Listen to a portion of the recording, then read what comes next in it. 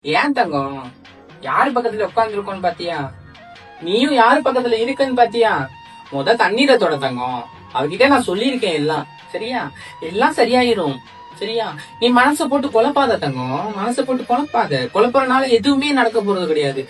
அதாயிருமா, இதாயிருமா, அப்படியாயிருமா, இப்படியாயிருமா. நீ ஏன்? எதுக்கு? வேண்டாம் தங்கம். மனசை போட்டு குழப்பாத. சரியா? அவ இருக்கா உனக்கு.